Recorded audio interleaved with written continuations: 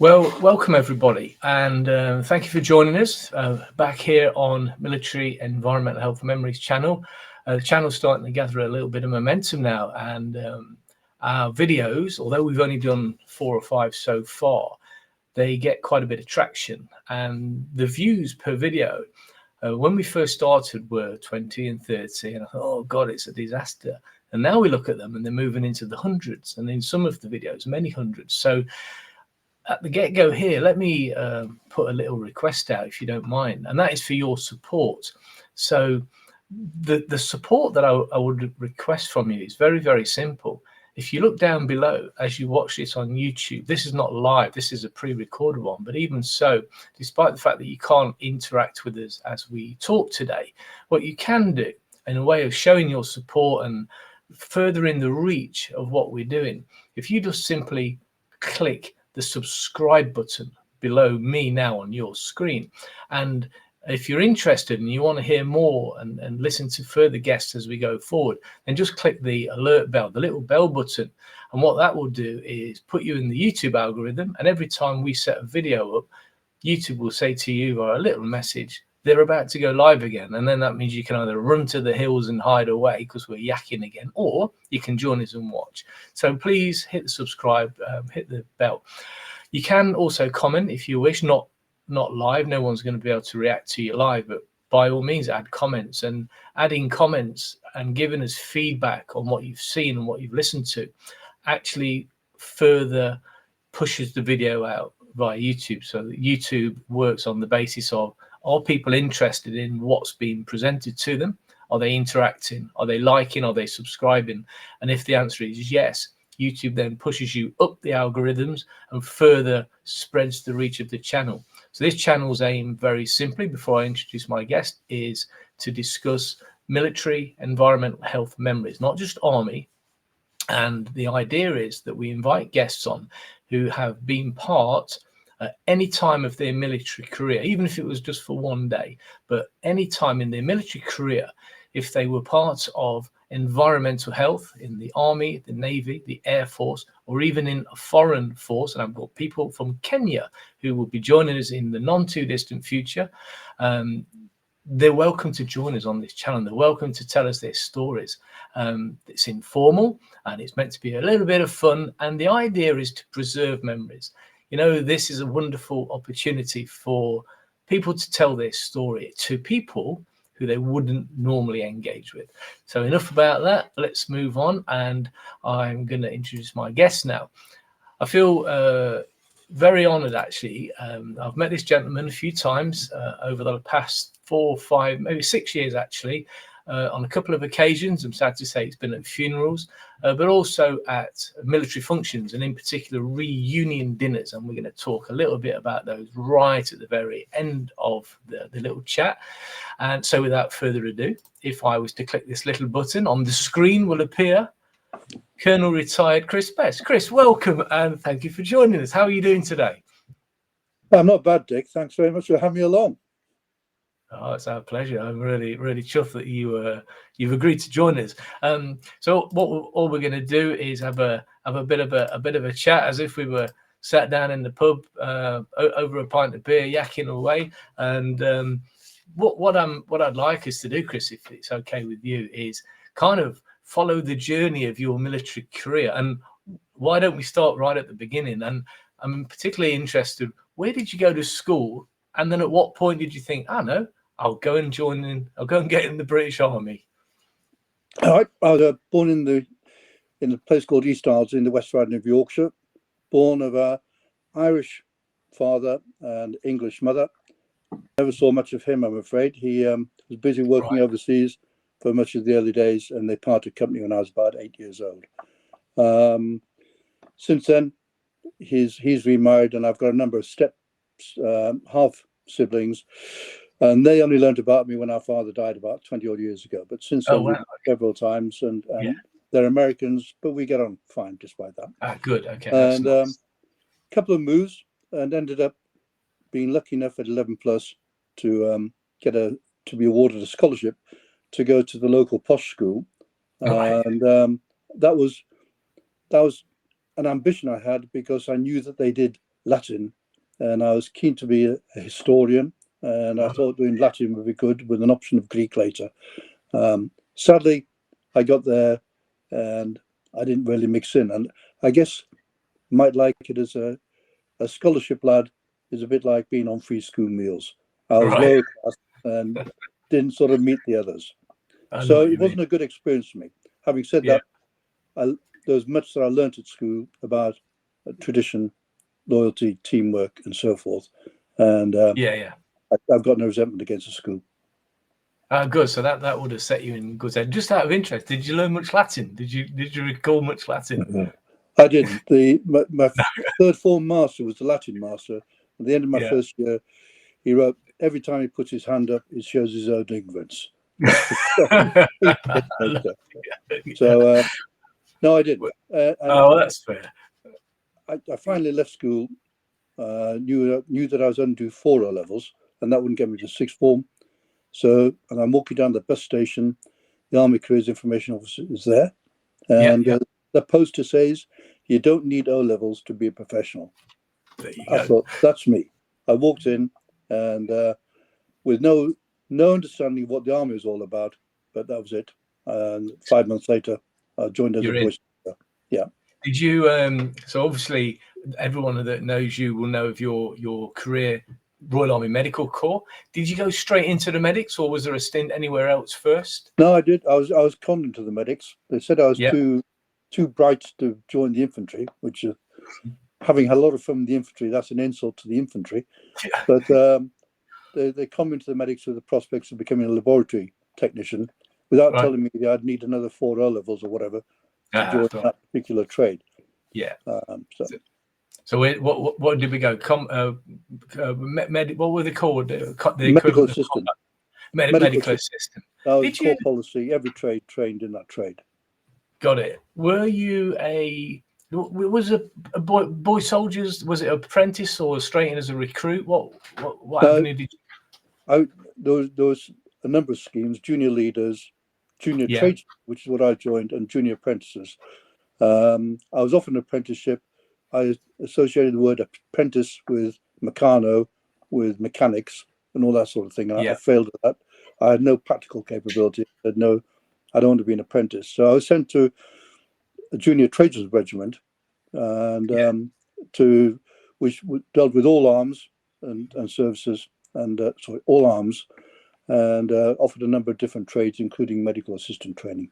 Got it. And then, so at the end of that, is it now we're destined down the medical corps, med assistant, Keogh Barracks? Is that the starting point of the RAMC career? No. It was straight from Rill, where I met a fellow called W. and Jimmy Jones, who was an inspiration, I have to say. He retired as a major and died recently as a 90-odd-year-old Chelsea pensioner. No, I went straight from Rill to 19th Field Ambulance, which was under orders to go to Borneo. Ah, right, nice one. Okay. And I was so at this stage, I was rejected for high assistant training because, again, I didn't have enough O-levels, and I was doing what they called Senior Certificate of Army Education at that time, which is about a year below O-level. And I just added science into it, which I did. I got an extra term so I could complete the thing, and did so, but still got sent to 19 Field Ambulance and not to the Army School of Health. Right, nice one. What I'm quite interested in at the point where you thought, Army Health, that might be interesting. Was it a person that sort of got you interested? How did that come about? It was because part of the medical training was to do a number of sections of the promotion course for corporal, which included Army Health, and in fact the SMI, both SMIs that were there in my time, Mr. Jones and Mr. Duffy, were both sanitary assistants by background, and that was the first time I heard it. It might be shit to you, but it's our bread and butter. And I was just fascinated by the whole sort of concept of Army Health, and I thought, that's for me. I was scared of having to ride a motorcycle. Fortunately, by the time I got in, motorcycling was no longer a requirement. That's good then. So, that's fascinating. Then, so you're into Army Health. Start your class 3 course. Am I right in saying it was Dick Whittingham on your He was, yeah. Hygiene 3 course? Yeah. Okay. Come back. I have a little story. I'm very, very fond of Dick Whittingham. Over the years, our paths crossed many times. He was my OC, and I have a little story to tell about him, about when I was a sergeant in Belize, and he came out to visit, and I can tell it now because the limitation of liability is passed now, so it should be okay. So we'll get away with it. Right. So EHD 3 course, how long does that last? I just want to get an idea, Chris. Sorry to talk over you. What year we're talking? 4.5 months. Yeah. Right. Okay. And what year are we talking now? What's September the timeline? 67 to February 68. Okay. Nice. So back end of the 60s. Yeah. Now qualified Hygiene 3. Where did this send you? Where did you go for your first posting? Colchester for my first posting, which was a bit of an irritation because having been in the field ambulance at Colchester and regarding the people down the hospital as fairies, getting posted there was a bit of an embarrassment. Until of course we realised the women were there, and all of a sudden things just became much more friendly. Got a bit better. Yeah. I love it. Okay. And then at this time, then how long is the gap now between here's Chris Best, newly qualified, before you go back and do your class 2 course? Was that a year still at that time? About a year. Yeah, it was about a year. And then after I went back did the course in November. I just started going out for the last before I went on it. I came back, I think it was a 3 or 4 week course. Came back and a mate said, I'm sorry, mate, while you've been away, I've been going around with old so-and-so. That's nice. We're still friends. Oh, that's all right then. You forgave him. Yeah, and her. We're still friends. That's all right. Yeah, forgiving to the end. Yeah. So now, I'm just curious. At that time, then, can you give us an idea of the team, the size of the team, kind of structure, and what did they have you doing? Have you been promoted yet? By the way, are you? No. No. I don't get promoted until August 68. Yeah. When everybody's gone on leave, and I'm left sort of running the wing and have a responsibility for a place called Fingering Hoe Ranges, where a bunch of disaffected youths from London were sent. And there was a real concern when they realised the state of Fingering Hoe Ranges for these sort of folk. So there was a bit of a nightmare, and I was sent there to work virtually full time. But there was some fun and some great characters, as you find from East London. Great. Yeah. So good times. Did they have they taught you to drive at this stage? Driving license? Yeah, I've got a driving license, and in fact, I nearly lost it the day that I got promoted. I was also put on duty at NCO. I'd been ultra keen. I was up most nights, and the next day I had to drive from Colchester up to Thetford on a visit. And I drove a hot summer's day, and it just started to rain. I turned the Mini over, ended up upside down, and no injury, but lost pride. And and the team comprised of WO2. Those days, they were straightforward hygiene assistants, Granny Roberts and Sailor Bill Loy.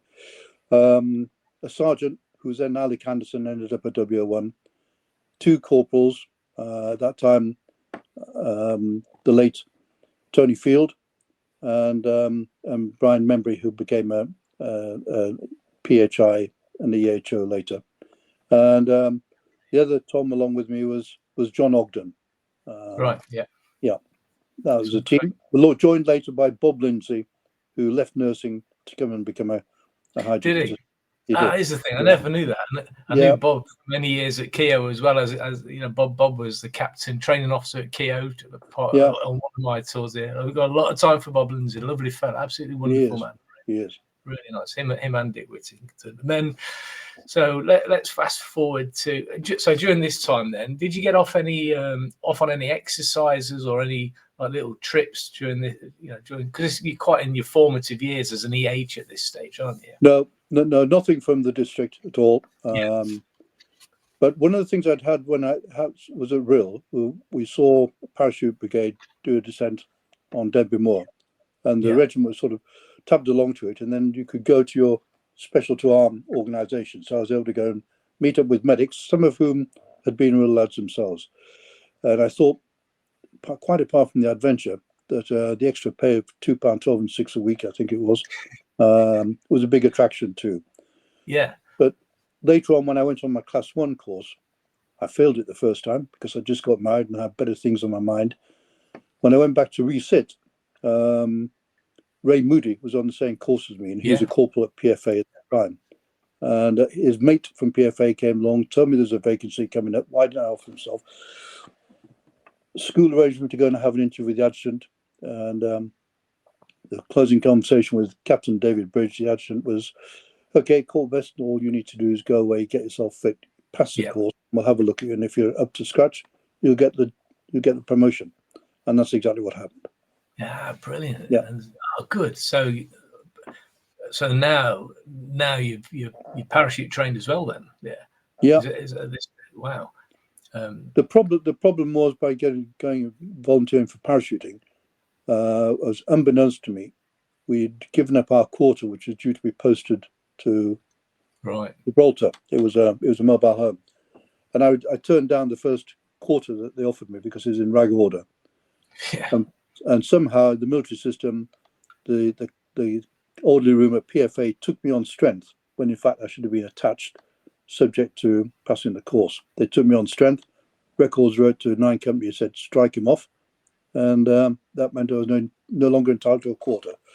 So my wife became homeless, sofa surfing with friends, with family, and ending up at one stage in a disused holiday camp chalet in Clacton. Really? So not a good start for her army life with an infant. No, God, I can imagine. Yeah, I bet that was quite a shocker, an eye opener for sure. I mean, just out of interest, before we move forward, as a hygiene guy, para trained, bit of extra money, are you? So you'll be at 23 PFA. Yeah. Are you off on exercise a lot? Is it out with the paras, and is it mainly field stuff at that stage then? Yeah, I was straight back into the unit and off on a venture training trip. Then off to Cyprus parachuting, and got back from Cyprus to find a message saying I should report the unit at 900 hours the following morning, and I was on my way to Ireland for 8 weeks.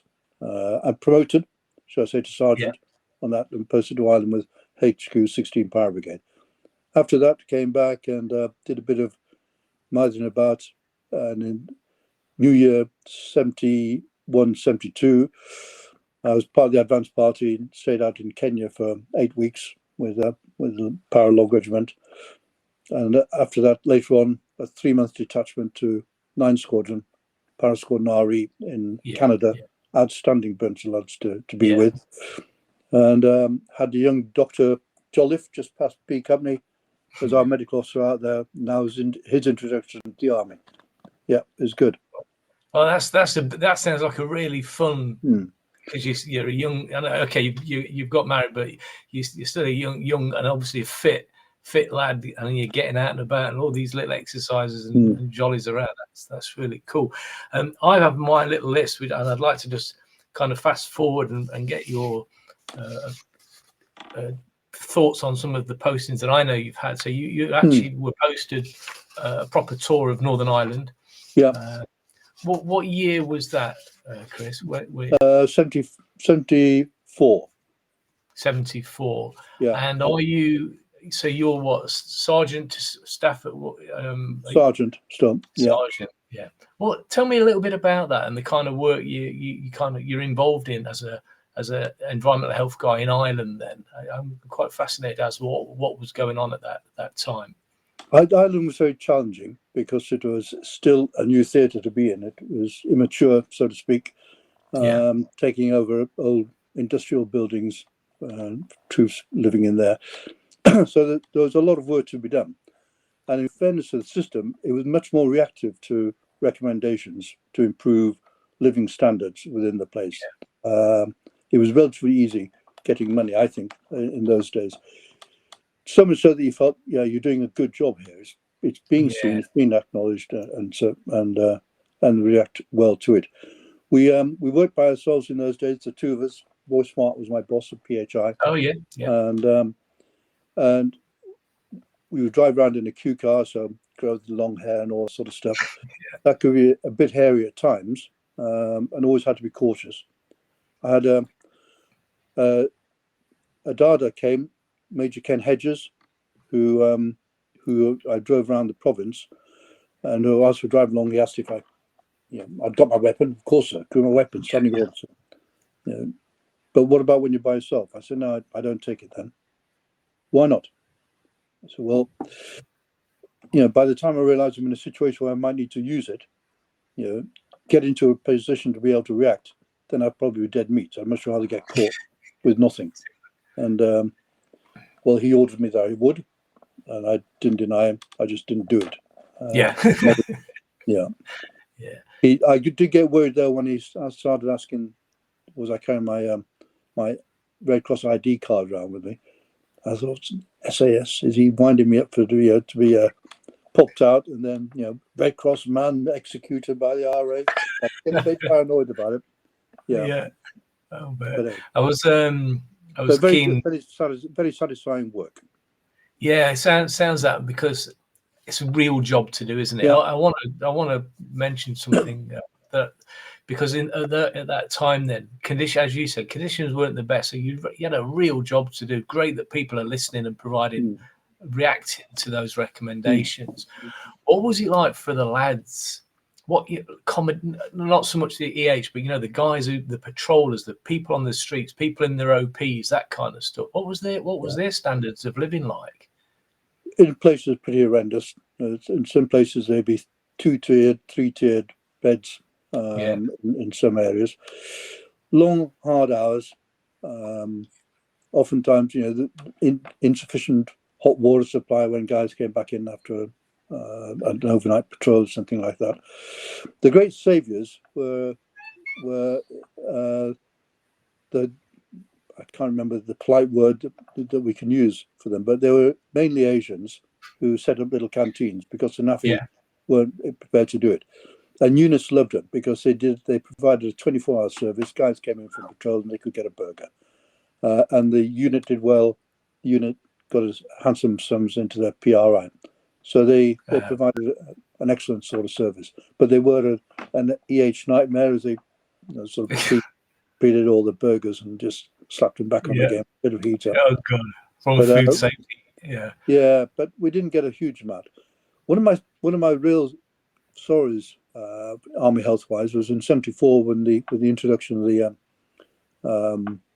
Health and Safety at Work Act. Plainly, there was an interface. It's there in the wording: health and safety at work. And I got into this, OSRPs and all the other sort of things going around places, and I couldn't understand why the AMS didn't dive in and said this should be our baby. And it's to me that we let the RAMC in the end take the function on, seeing that they were the main industrial organisation. True. So I think we missed a good one there, but other people might. Yeah, I think you're right. Well, just before we move on from Ireland, I think one of the key things that's worth mentioning, because that was proper EH stuff. It was. The conditions, overcrowding, I bet, hygiene, sanity, it's really bread and butter. It might be shit to other people, as you said earlier, but it really did become the bread and butter. Was disease outbreaks common? Was it, were there issues relating to the overcrowding and the food hygiene that manifest in big outbreaks of things? I don't recall any big outbreaks. I don't recall any. Great work by the team there then. Belize. I know you've been to Belize, one of my favourite places in the world. Yeah. Very fortunate. Tell me about your tour there then, Chris. How did that go?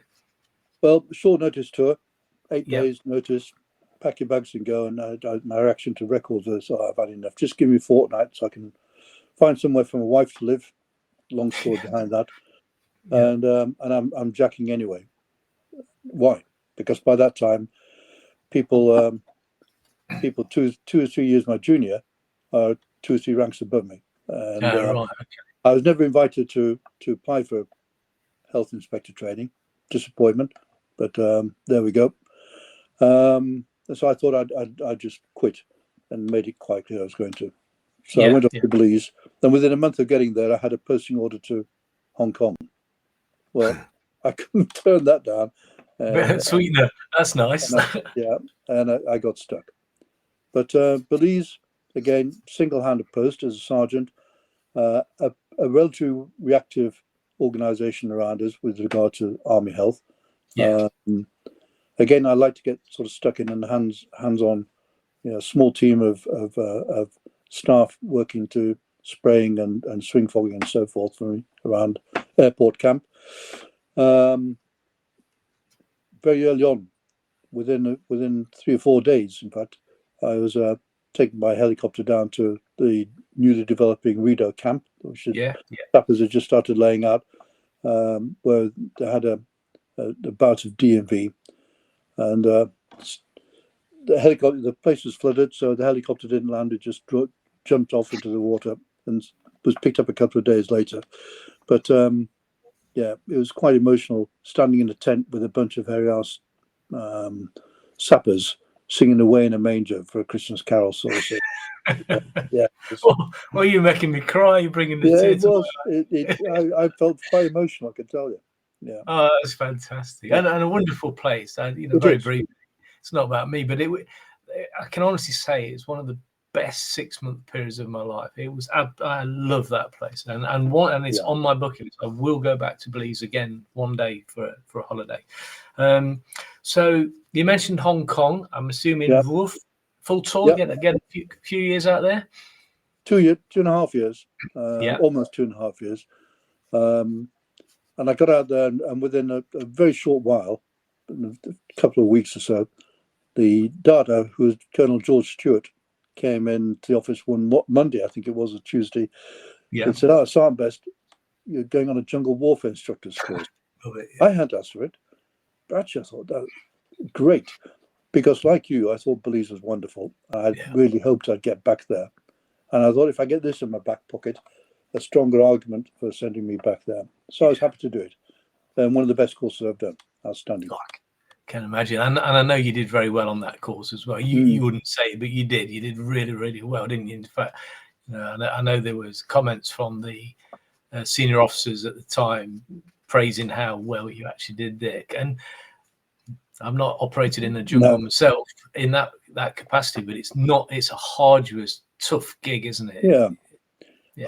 I just enjoyed it all, but and I did get a very good write-up. And the OC did finish off by saying, were it not that he was in the RAMC, I would recommend him as an instructor at Training Team Brunei. Wow. And that was, to me, the biggest boost probably that I've ever had. But the reality was, it was cowboys and Indians stuff for me. It was the infantryman's daily bread and butter, and they were just a bit yawning about it. Me, no. I was well into it.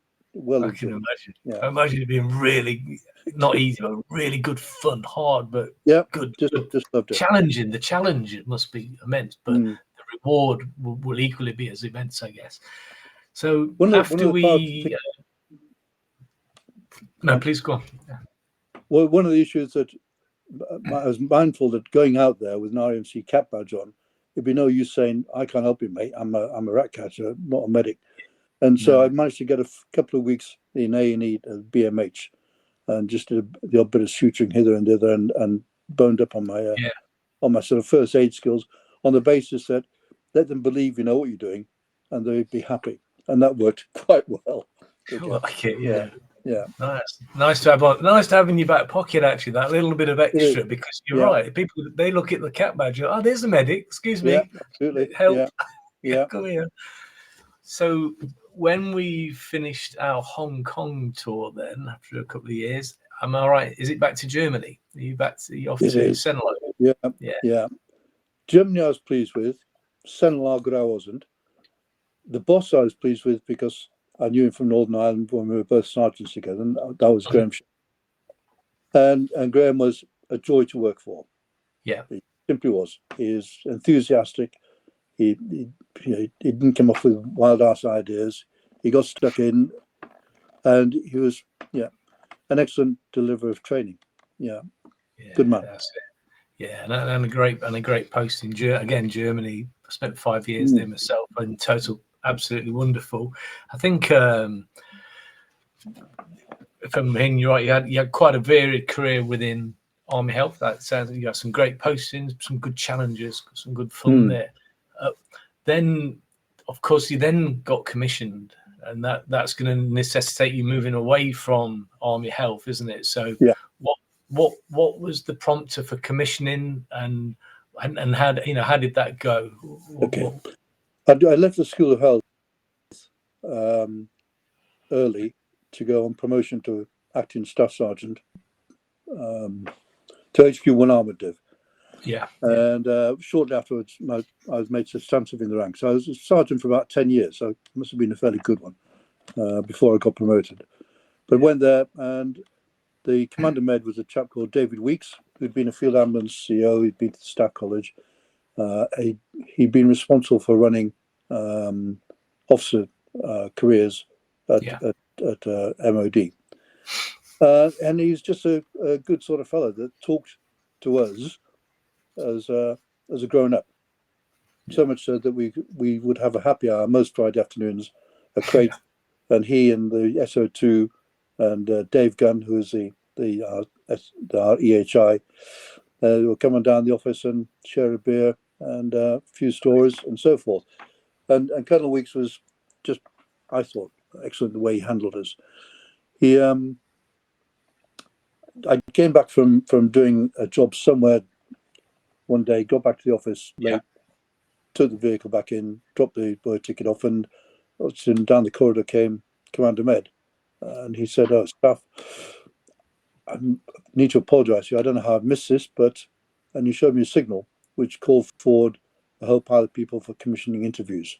There were staff sergeants on there, and I remembered seeing a signal some months before saying they were changing the policy on commissioning from the ranks, and instead of it being WO2 with X years service, they're now lowering it to exceptional staff sergeant with X years service. He said, "Are you interested in a commission?" I said, "Sir, you know I am." He said, "Good. You've got an interview tomorrow morning with a GOC, Major General Hewitson, parachute regiment officer," and I had an hour with him, which was a bit nerve-wracking, but he was very, he said nice things and said, Colonel Weeks has given you a good write-up, and I'm going to give you full support. Best of luck. Oh, wow. And about within a month, I was commissioned. I went to the interview. Interview didn't go particularly well, I felt, and I walked from First Avenue House down to St Paul's Cathedral. Walked in and looked up and said, "We haven't spoken for a long time, mate, but if you've got a bit of generosity to shower on me, I'll take a knee." Anyway, the results came through the day after I got back to Germany. My name wasn't on it, and I went off down to do the ski huts. When I was called back, another signal arrived the day after I'd left, called me forward to commission. I'd obviously been put down as first reserve. Right, got you. That was fine. It could have been that the big man in the sky was busy when you went in to have a chat with him, and he got the message a bit late. It could have been. could have been a delay, signal delay in the church. Oh, nice one. Oh, that's fantastic. So then, so they're going to kick you out of the army and bring you back in as an officer. Right. You're discharged from the army. And that was interesting. And good old Dave Gunn on this. He came to see me and said, "I've seen that bleeding RSM."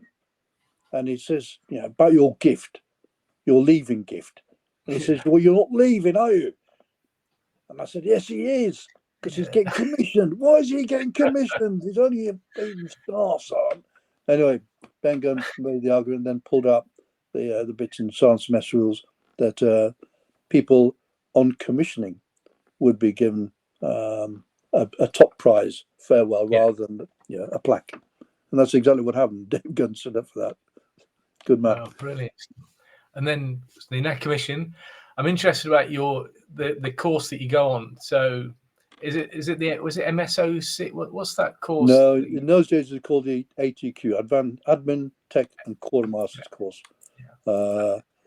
And it was about 6 weeks at Keogh, then Yeah. 2 weeks service funds accounting course, and then 2 units. Yeah, because I've seen the picture of it, and I think you've got a couple of there's other drain sniffers on there, environmental health, isn't there? Is that the course where there's a few? Is it PQ Smith on there and a couple of others? Oh, right. That was right. That was when I was running military. That's when I was running military training wing at Keogh some years later. And there were 4 EH guys on there. 3 of them EHOs or EHIs, and one of them a proper one, John Johnson, who went on to be a quartermaster. Yeah. Brilliant. Oh, good. Okay. Well, that actually, that's now we're commissioned. I want to fast forward really to the Gulf War, because you were quite heavily involved in a command position there, weren't you? Was it a JFHQ? Right. On the ops side? No, I wasn't in command. I was a simple attached SO2. I meant with the command, not in command. Yeah. And that was interesting. I got sent to a desk to find that each service had its own representative there, and the army was represented by a staff college trained RAMC transfer in from another corps, who wouldn't have anything to do with the whole concept of jointery, and so. And without having any sort of detailed brief as to what to do, just observe the situation, thought, okay, there's a bit of chaos here. And I moved my desk to the door and therefore dealt with everybody as they came in. And made sure then that I distributed the workload and had an idea what was going on, according to the various desks. Yeah. So I guess I made myself the coordinator for a short while. Yeah. But I didn't stay there very long, because I suddenly got pulled out of JFHQ to go and work in MOD for Deputy Surgeon General Ops, and working for a fellow called, at that time, Colonel Robin Short. Yeah. How long did he go on to be DJMS? He did. Yeah. He did. Yeah. Okay. I thought I recognised the name. How long was that for? How long did you do that for? 3 and a bit years. Oh, right. Okay. So in there full time. I just want to mention a couple of other little bits. I know in one of our chats, a couple of names have cropped up that I think might be very significant. One is Mike Jackson, who I believe you've had a chat with. He went on and did some good things, didn't he? Yeah. As Div Commander, he did an all sort of thing. COs were invited down to his house for supper and overnight sort of thing. An easy fella to get along with.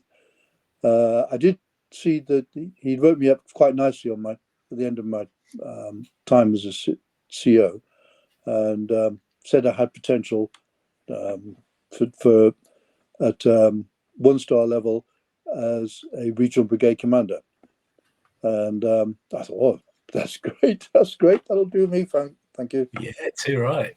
Yeah. Some years later, when I got my records down, as you can do, applied, and I got all my CRs in, I was amused, I have to say, to read Jackson's comments there, and then to read the next officer's comments. I don't know what General Jackson's smoking. That's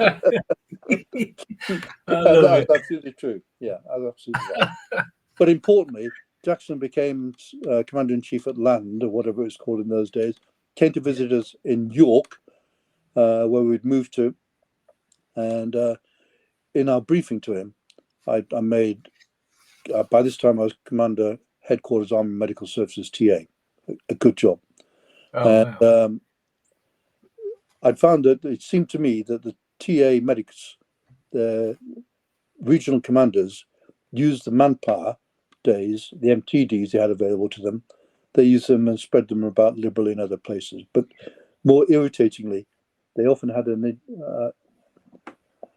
a habit of asking medical units to do non-medical things because they didn't understand examining them doing medical things. So, okay, let's test the dressing station in the defence or in the assault or whatever. They were crazy. And I put this to General Jackson in the particular briefing, and the divisional commander said, "Well, I disagree with that, Chris." I said, "Sir, you would." Jackson said, "Well, I tend to agree with you, Chris. I know how to fight my gunners, but I've not a clue how to train them. I'll talk about this with Commander Med when I get back down to land." And as a consequence of that, the AMSTA units in things, their responsibility came to what was to become HQ2 Medical Brigade. So they lodged there, but the regional commanders couldn't F them around so much with regards to taking money and man training days away from them.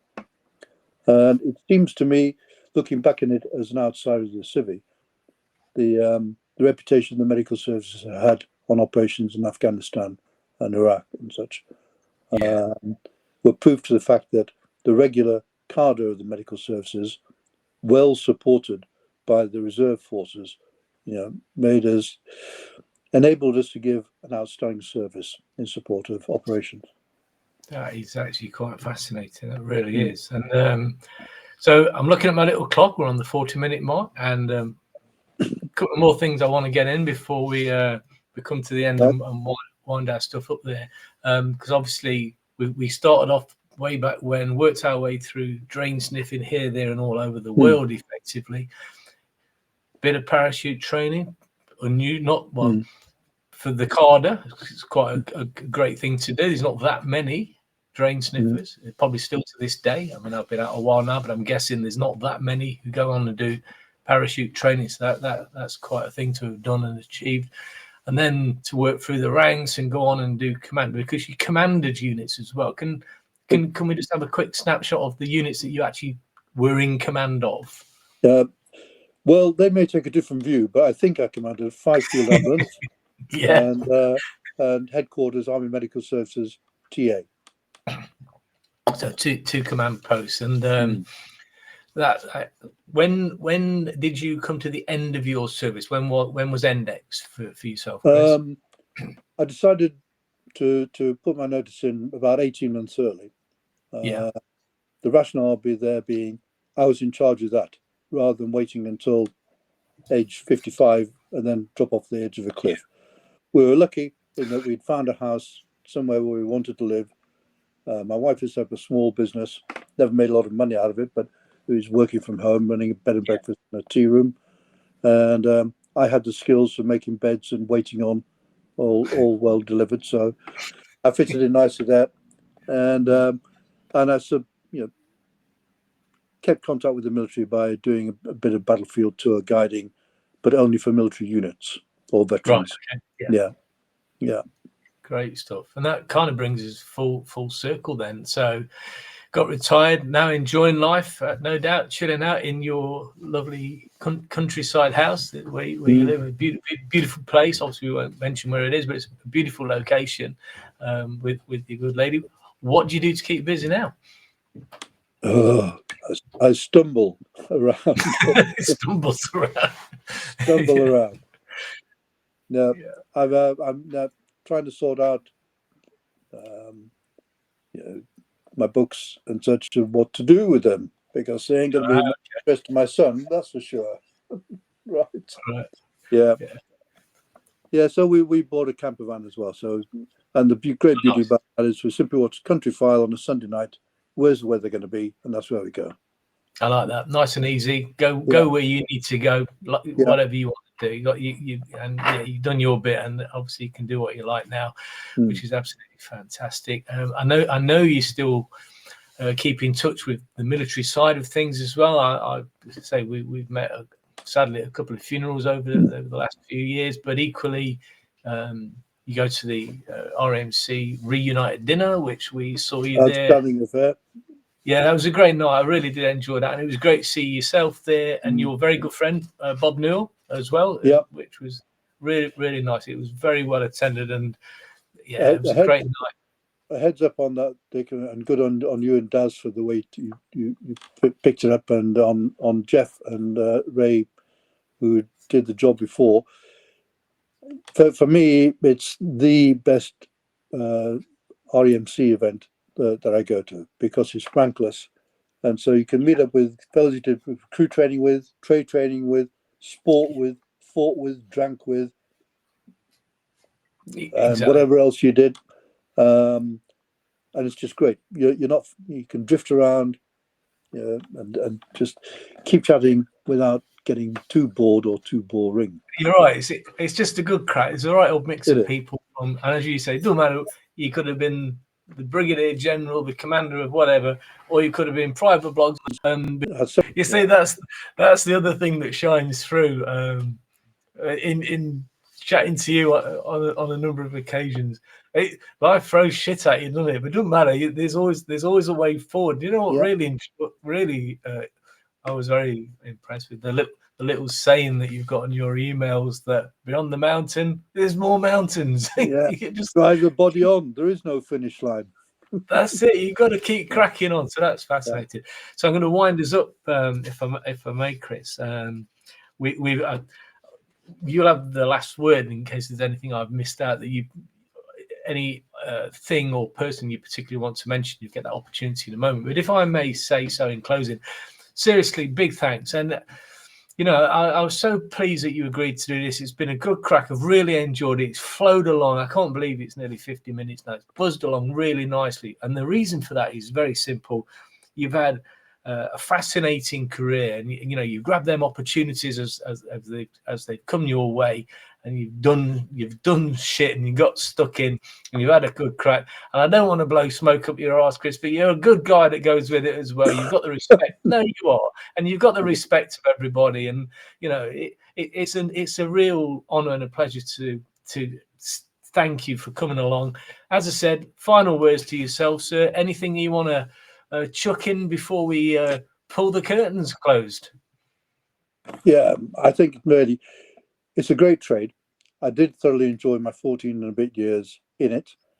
I was still sorry that I didn't get invited to become a health inspector. But again, if I had it done, I wouldn't have the pension I've got now. Thank you. So, drive on. Too right. No matter what anybody says to you, you got to look yourself in the mirror the next day and say, well, bollocks, if you don't realise, what I am. Get on with yourself. Well, thanks a lot. Don't disappear. I'm going to end the recording now, but please stay right there. Thanks to everybody who's watching. Thank you so much. Don't forget, like, subscribe, put some comments in the thing, and set the alarm bell, and you'll hear about future ones as well. So from me and Chris Best, thank you, and catch you later.